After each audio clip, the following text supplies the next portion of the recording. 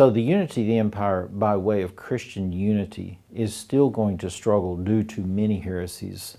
Once Arianism was taken care of, there were new heresies that emerged and new doctrinal issues and friction and so forth.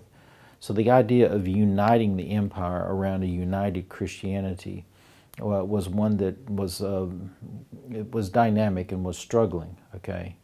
And in 451, at the Fourth Ecumenical Council of Chalcedon, or Chalcedon as some say, there will be a split there. There will be many people who will leave and split off at that point and not remain part of what is called Orthodox Christianity.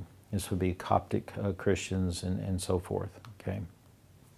But nevertheless, by 451, the key doctrines of Christianity are in place, and it's very clear what Christians believe.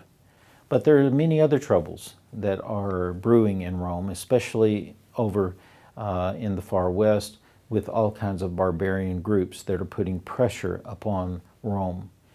In 410, Rome is going to be sacked by the Visigoths. In 440, they're going to be threatened by the Huns. In 455, by the Vandals. And then in 476, the final kind of death blow will come by the Ostrogoth barbarian Odoacer, who will depose the last Roman emperor, and the Western Roman Empire will end.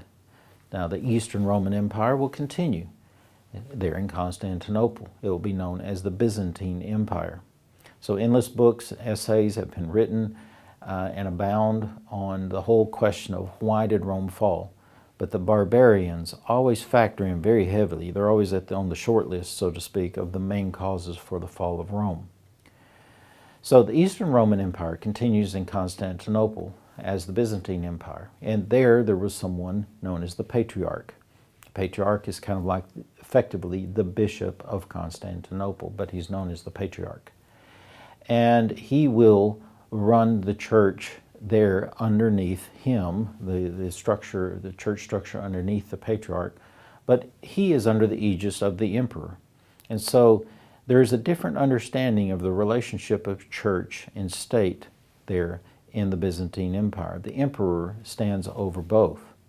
But a different view in the West is going to emerge, and this is going to create some of the frictions that will ultimately lead to the schism that we're ultimately going to wind up with in 1054.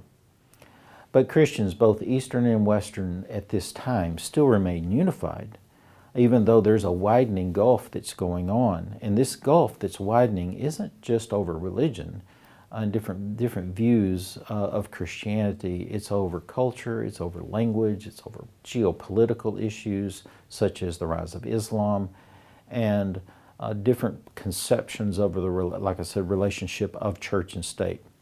Okay, so there are a lot of problems that are going to need to be worked through.